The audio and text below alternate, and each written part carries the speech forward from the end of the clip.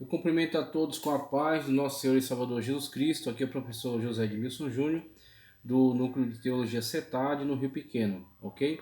Estamos dando início agora à nossa aula magna na matéria que está denominada Religiões e Seitas, que era antigamente denominada Heresiologia, tá certo? E agora traz a nomenclatura de religiões e seitas. Então peço para que você esteja atento. Vamos percorrer todo o material, fazendo um resumo, fazendo um apontamento, né, de tudo aquilo que é discutido, e assim a gente possa fixar o conhecimento, ok? Já compartilhamos ao longo do mês aulas gravadas, tá certo? Videoaulas. Você já leu o material e agora a gente vai fazer um trabalho caminhando ao longo de todo esse conteúdo para que a gente possa fazer a devida fixação do conhecimento, ok? Então, matéria de religiões e seitas, na parte da introdução, o primeiro parágrafo, o autor nos diz: há 3.000 anos começaram a se formar as principais filosofias e religiões que organizaram as visões de mundo ou as cosmovisões do homem contemporâneo. Alguns filósofos, como o alemão Karl Jaspers, dão a essa época o nome de Era Axial. Essa terminologia diz respeito a eixo. Foi, portanto, quando o homem começou a buscar o seu eixo, ou segundo Jaspers, quando passamos a prestar atenção em nós mesmos. Então é interessante a maneira como ele inicia essa matéria e ele vai percorrer aí um comentário um pouco mais estendido, falando acerca das diferentes religiões e suas manifestações, e nós vemos, de modo geral, então partindo sempre de uma abordagem um pouco mais geral para uma abordagem mais específica, nós observamos que já há muito tempo na história, tá certo? Uma época bastante remota, bastante antiga, mais de 3.000 anos antes de Cristo. Lembrando que estamos 2025 anos depois de Cristo. Então recua aí mais de 5.000 anos de história atrás, né? 5.000 anos de história passada. O homem, então, ele é compelido a essa grande busca, tá certo? E isso estamos falando apenas no âmbito sociológico, antropológico, da pesquisa científica, que é construída a partir da descoberta de evidências. Então a arqueologia, ela vai desenterrando artefatos, alguns deles ligados a algum tipo de ritualística, algum tipo de culto, algum objeto totêmico, algo que está relacionado à espiritualidade. E devido a essas escavações e a forma de datação que eles adotam, eles então estabelecem essa data recuada na história para o início em que você tem evidências, né, onde apontam as evidências desse grande desenvolvimento da religiosidade ou da espiritualidade, ok? Então, quando a gente olha para essa situação, nós percebemos que, de modo geral, a humanidade está em busca do contato com o divino, do contato com o sagrado, com o sobrenatural. E ela o faz por diversos meios. Então, ela vai, ao longo das suas múltiplas sociedades, culturas, comunidades, vai buscar algum tipo de contato com o sobrenatural por diferentes vias, ok? Então é isso que a gente tem observado de modo geral, fazendo essa primeira abordagem e constatando a grande necessidade do ser humano, da humanidade, desse contato, dessa aproximação com o sagrado, com o divino, com o sobrenatural, tá?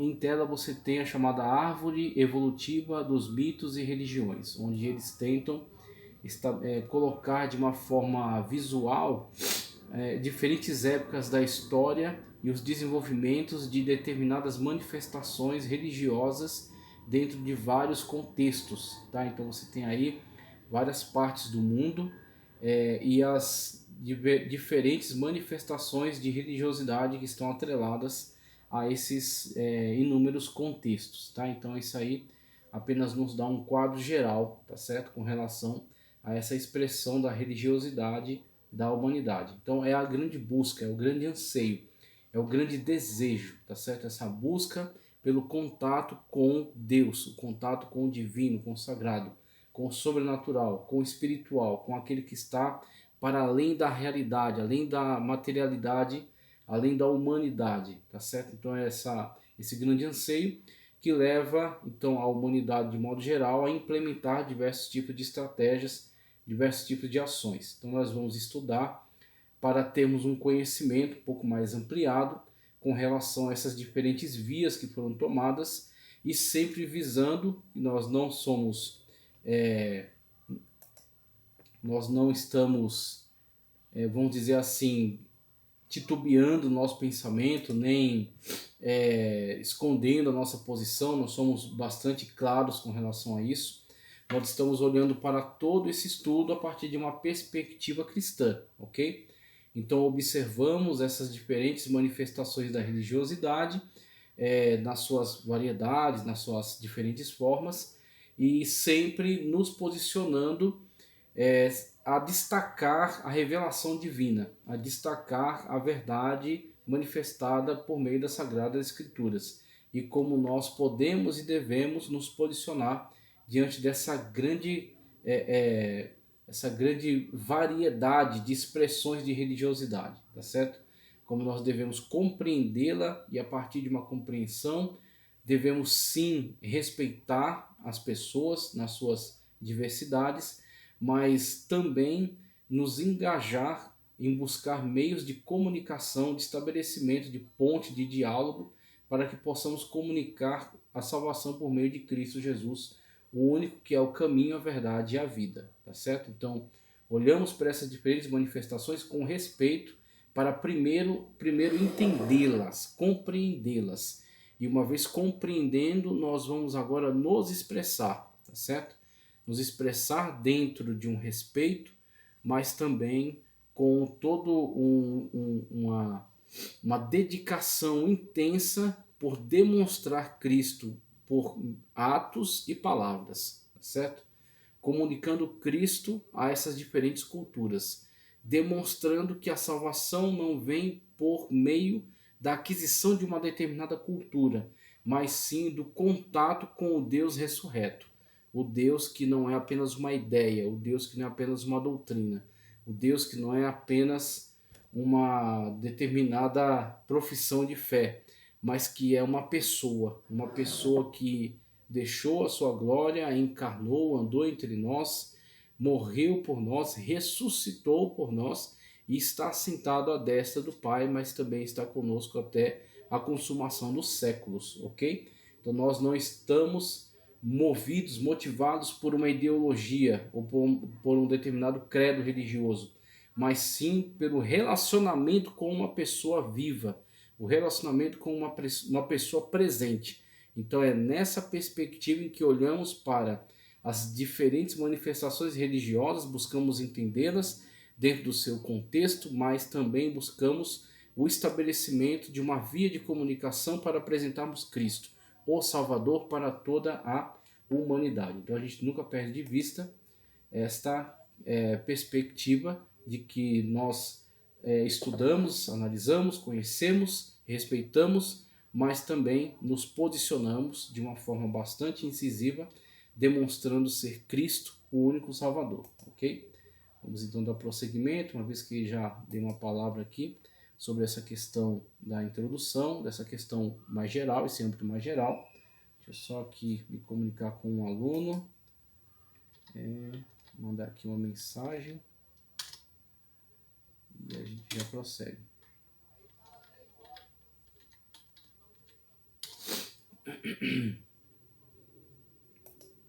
Vamos lá.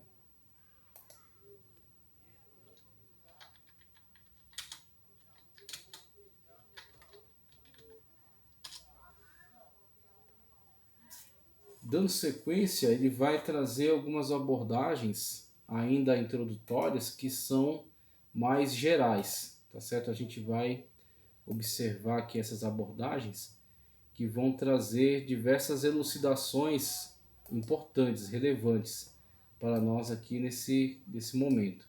Então é importante nós estarmos em contato com esses esclarecimentos que ele vai nos trazer, que com certeza vão nos orientar aqui nessa jornada, tá certo? Então eu vou mudando aqui a tela.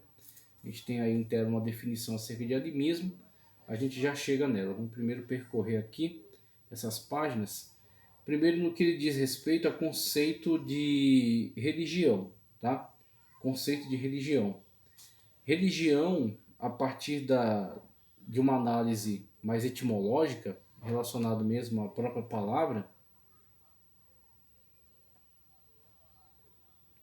nós temos tanto uma conceituação como releitura, e releitura no sentido de ter reverência e ter respeito pelo que se está fazendo diante da divindade.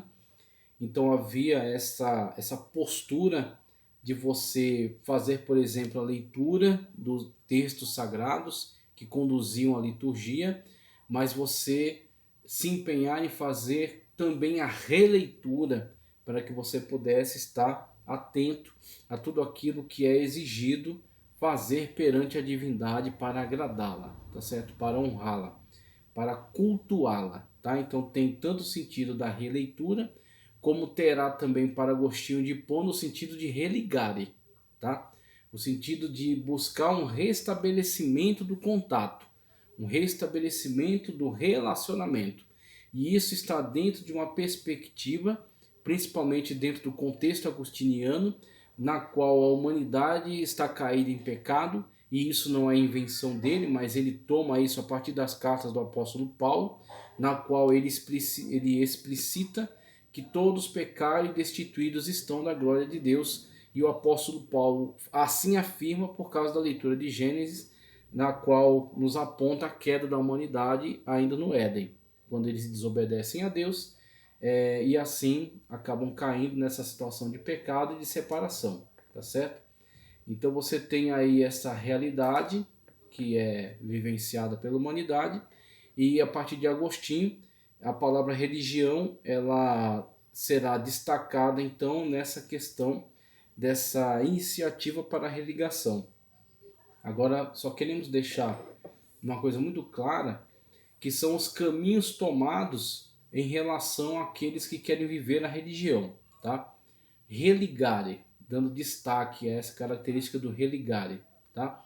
Existem tentativas humanas de estabelecer uma religação, de entender que está distante da divindade, entender que a divindade não está presente à vida dele, que ele não tem um contato, um relacionamento, uma comunhão, e por isso ele buscará estratégias de restabelecer o contato, de restabelecer a ligação.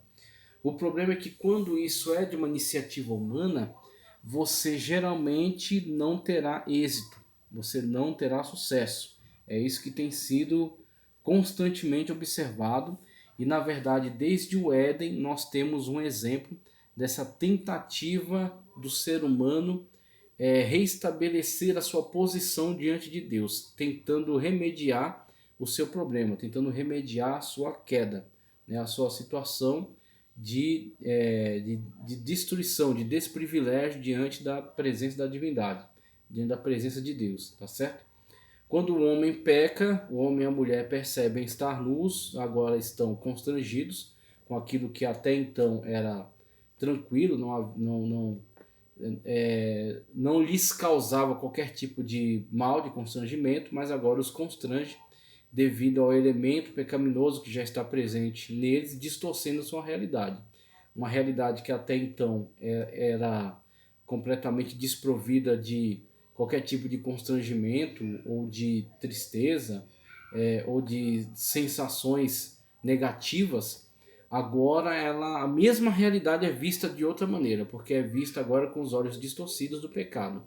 Então entrou a concupiscência, entrou a cobiça, entrou diversos tipos de sentimentos e sensações distorcidos que estão fora do âmbito da vontade perfeita de Deus. Então quando eles constatam que agora estão nessa condição, se escondem e buscam remediar a situação, fazendo para si aventais de folhas, tá? Todavia, esse avental feito de folhas não atende à sua necessidade. Tanto que, depois de Deus haver ido ao jardim e estabelecido um diálogo com o homem, com a mulher, condenado, tá certo? Aquele que veio trazer esse meio, aquele que veio proporcionar esse meio de sedução, de tentação, trouxe uma palavra de condenação, principalmente com o proto-evangelho, que é aquele anunciado pela boca do próprio Pai, do próprio Deus, ali no Éden, no qual você tem a afirmação que da semente da mulher virá um que esmagará a cabeça da serpente. Então você tem ali o evangelho, as boas novas sendo anunciadas desde o Éden, ok? Desde aquele momento inicial da história da humanidade. Então, diante desse quadro, dessa situação, você tem o próximo ato de Deus, que é fazer para eles roupas de pele. E esse fazer de roupas de pele nos dá sustentação para inferirmos que foi realizado o primeiro sacrifício. O primeiro sacrifício é realizado no Éden ainda e pelo próprio Deus, que sacrifica um animal, derrama seu sangue sobre a terra e aproveita suas peles, com elas fazendo vestimentas para o homem e para a mulher. Agora nós temos vestimentas adequadas, por meio das quais, mesmo eles permanecendo na situação de pecado, mas agora têm condições de se apresentar sem maiores constrangimentos. O que eu quero destacar? A diferença, o contraste, o antagonismo entre o religare, tá certo? Como uma iniciativa humana tentando se religar a Deus por meio das suas diferentes estratégias, e essas estratégias são chamadas de diferentes religiões, as seitas, ou seja, os diversos grupos, tá certo? Sectários, grupos fragmentários, diferentes grupos que estão constituídos ao longo de tantas épocas e tantas sociedades. Então, as diferentes seitas e diferentes religiões e suas diferentes versões ou estratégias para tentar se religar com a divindade, por meio do sacrifício de um animal, por meio de oferendas de alimentos, por meio de oferendas de autoflagelação, por meio de ritualísticas, diferentes estratégias apresentadas pela humanidade tentando se religar a Deus. Todas elas são exemplificadas na atitude humana de fazer para si mesmo um meio para cobrir as suas vergonhas, um meio para cobrir o seu constrangimento e o colocar de novo diante tanto da sua companheira, estarem ambos ali sem quaisquer outros problemas de constrangimento, mas também de apresentar-se diante de Deus, apresentar-se perante o Senhor. E veja que esses meios foram ineficazes. Veja que esses meios não sanaram o problema, não resolveram a dificuldade. Foi preciso uma intervenção. Deus trouxe juízo, mas também Deus trouxe promessa. É em cima da promessa que nós vivemos. É ao juízo que nós tomamos como alerta para seguirmos agora por um caminho que foi apontado e foi indicado pelo Senhor, para que nós possamos, a maneira como devemos estar vivendo diante dele. Foi nos dado uma palavra de juízo, mas também uma palavra de misericórdia e de salvação, de restauração. Essa que alimenta a nossa esperança. Da semente da mulher virá um que esmagará a cabeça da serpente. E foi nos dado vestimentas para que nós nos apresentamos sem quaisquer constrangimentos, sem quaisquer impedimentos. Essas vestimentas são resultado do primeiro sacrifício, de alguém que entregou a sua vida, alguém que teve seu sangue derramado para trazer agora uma cobertura, trazer agora um conforto, um restabelecimento de posição para esses que estão caídos em pecado. É para mim a maior exemplificação, a maior tipificação do sacrifício de Cristo Jesus na cruz do Calvário. Quando a religião humana cai, falha, é ineficaz, ineficiente, e o próprio Deus intervém, trazendo o juízo, mas também a palavra de esperança, de restauração. E não somente isso, realizando um ato sacrificial, por meio do qual o sangue inocente é derramado e as vestes são agora entregues, vestes de santidade, vestes adequadas para que o homem e a mulher pudessem estar tanto diante um do outro, como também perante a majestade divina, apresentando-se agora diante de Deus. A verdadeira religião vem de Deus para nós. A verdadeira e única religião era a revelação. Ela vem do céu, ela vem de Deus para nós. Somente o Senhor pode restabelecer esse contato. Somente o Senhor pode restabelecer essa comunhão, pode restabelecer essa fé. Todas as tentativas humanas são fracassadas. Todas as tentativas humanas são inúteis. Os homens tentam inventar diversos meios pelos quais busquem restabelecimento com o divino e caem sempre em enganos demoníacos, enganos satânicos, ok? Ficam presos então nessas armadilhas e vão vivendo sua vida de forma enganosa. Somente em Cristo há possibilidade de se chegar até a Deus. Eu sou o caminho, a verdade e a vida, ninguém vem ao Pai senão através de mim. Aquele que foi profetizado ainda no Éden, aquele que esmagou a cabeça da serpente, que com o seu sacrifício trouxe a nós restabelecimento, restituição da nossa posição diante de Deus, ok? Então essa é a primeira verdade que eu queria destacar quando falamos aqui acerca de conceito de religião, essa questão do tanto a releitura quanto o religário. Ele vai adiante trazendo aqui elementos que compõem a religião. Aí ele fala acerca de doutrina, tá? Doutrina ou crença. Essa abordagem dele aqui sobre doutrina ou crença, ela vai nos conduzir principalmente na diferenciação que temos que estabelecer entre certos usos e costumes que são adotados por nós, na nossa denominação.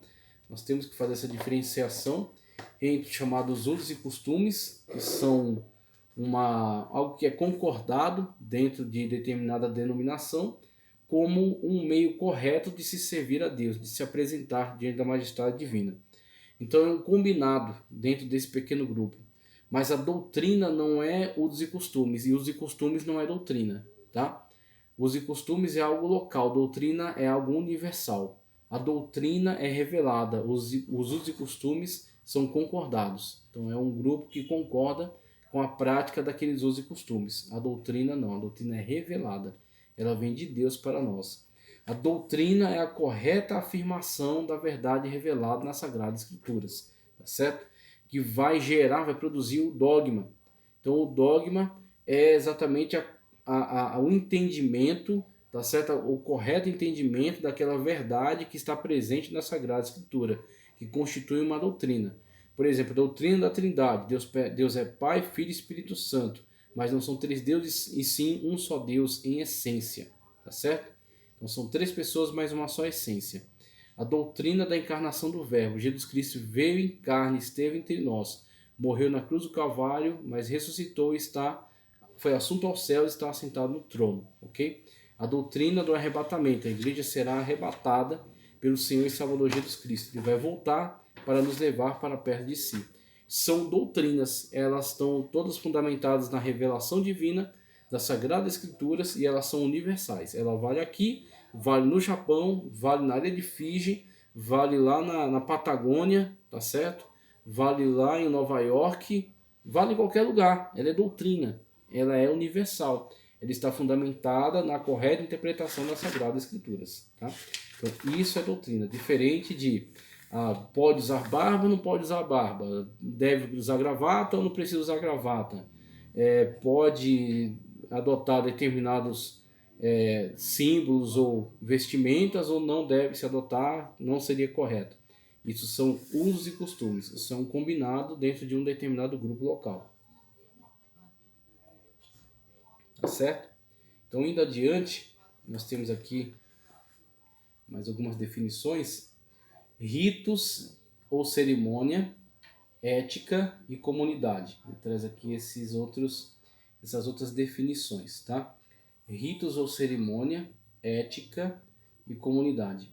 Esses ritos e cerimônias, mesmo que em alguns momentos nós temos uma certa estranheza, porque nossa fé, ela de fato não é ritualística, nós não temos todo um aparato complexo de ritos, mas eles fazem parte também da nossa vida através da liturgia do culto, tá certo? E eu acredito que o maior demonstração, tá certo, dessa ritualística em nosso meio é de fato o culto de Santa Ceia, certo? Quando nós estamos realizando a Santa Ceia e no realizar da ceia do Senhor, nós temos então toda uma prática, todo um meio, tá certo? Para que estejamos celebrando e esse meio foi construído a partir da observação que nós fazemos do antigo ritual estabelecido entre os judeus chamado Pessach, tá? O Pessach entre os judeus, que foi celebrado primeiro no Egito, e falava acerca do juízo de Deus sobre aquele lugar, sobre aquela terra, e a libertação do seu povo, quando o seu povo foi liberto daquele cativeiro no Império Egípcio, tá? Então Deus realizou ali um grande juízo e o povo recebeu um grande livramento, né? Uma libertação. Então eles foram libertos ali daquele cativeiro e antes disso celebraram o Pessach, um cordeiro que foi tomado, foi assado dentro daquela casa, o sangue foi colhido, passado nos umbrais na verga da porta, todos estavam vestidos de forma pronta para sair apressadamente, comeram, tá certo, aquela refeição em família, partilharam, né, daquela refeição e ao partilhar daquela refeição e estarem todos unidos dentro das suas casas, estavam em cumprimento à ordenança que foi dada pelo Senhor, que aquele cordeiro deveria ser assado, comido por inteiro por aquela família e com ervas amargas e sem nenhum resquício de fermento naquela casa. Então você tem todas essas prescrições que foram adotadas, que foram sendo celebradas de geração em geração até chegar na época de Cristo, quando ele celebrará então o Pessach. Durante a celebração do Pessach, ele estabelecerá a ceia do Senhor. Ele toma o pão e diz: esse pão que é partido por vós é o meu corpo. Fazei isso em memória de mim. Também o cálice, semelhantemente, tomando o cálice, disse: esse cálice é o novo sangue, é o sangue da nova aliança do Novo Testamento, que é derramado por vós. Então você tem aí esse memorial. Ele faz isso: façais isso em memória de mim.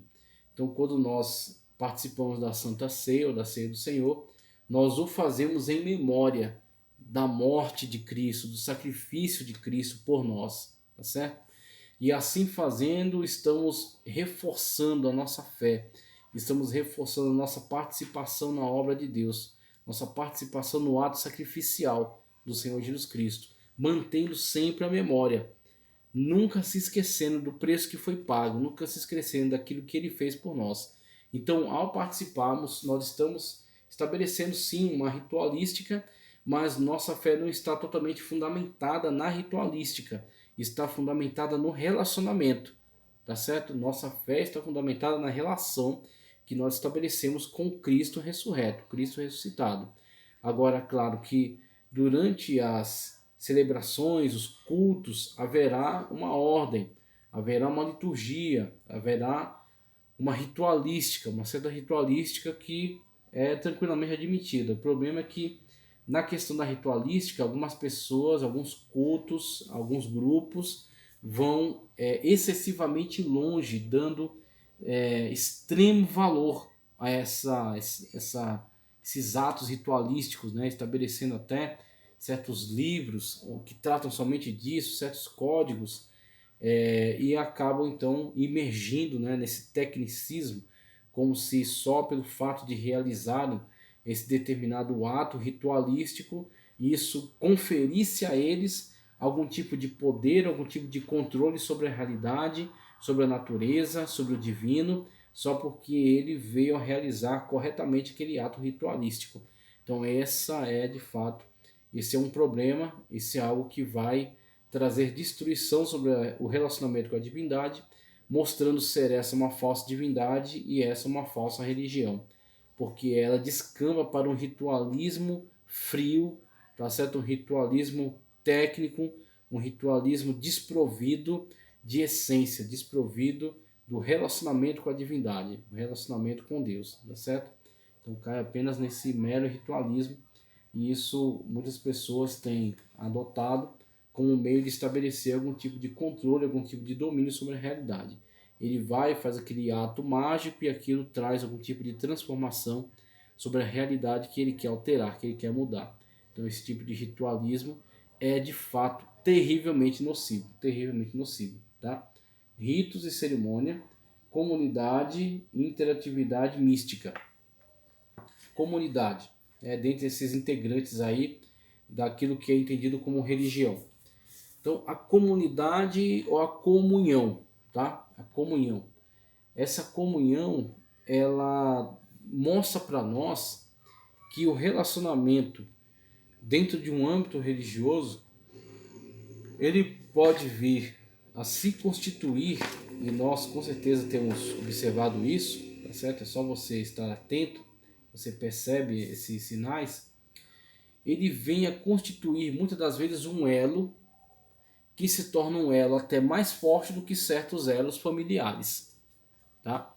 O elo estabelecido dentro de uma prática ritualística e dentro de uma determinada comunidade, o viver dessa comunhão entre essa comunidade, muitas das vezes, estabelecem vínculos mais fortes do que os vínculos familiares. Claro que cada coisa tem o seu lugar. Então, os vínculos familiares, muitas das vezes, eles não são tão intensos, mas eles são perenes. Então, uma coisa que está vinculada ao sangue, né? Então, integrantes daquela família. Muitas das vezes eles não têm afinidade. Os gostos não batem, as opiniões não batem. Eles não conseguem conviver em paz, de forma pacífica. Então, muitas das vezes, o convívio é muito escasso. As vezes em que se visitam são muito raras. Só que passando o tempo que passar, eles sempre terão essa noção de que são parentes, de alguma forma. São tios, são primos, são sobrinhos, são pai e filho, tá certo? São netos. De alguma corrente, algum elo, alguma ligação haverá.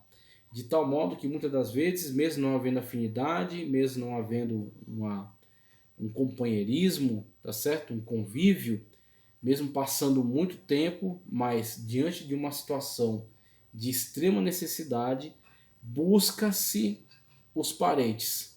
Quem são os parentes? Quem pode se responsabilizar por tal pessoa?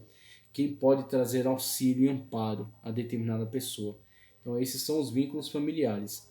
Mas é interessante porque paralelamente a isso existe a comunidade. Existem os vínculos por afinidade. Afinidade talvez não de temperamento. Muitas das vezes você tem numa grande comunidade pessoas com temperamentos e com histórico de formação muito antagônicos, ok? Mas elas, se estão vivendo a intensidade da sua fé e a comunhão dentro do grupo, elas são capazes de apagar essas diferenças, de esquecer as diferenças, de apagar as arestas, tá? E buscarem os meios mais eficazes de conviverem, de estarem unidos na mesma causa, estarem unidos no mesmo propósito, compartilharem da mesma fé. Essa é a comunhão que está presente dentro da comunidade, a koinonia, ok? E ela é um vínculo extremamente forte. Então você tem pessoas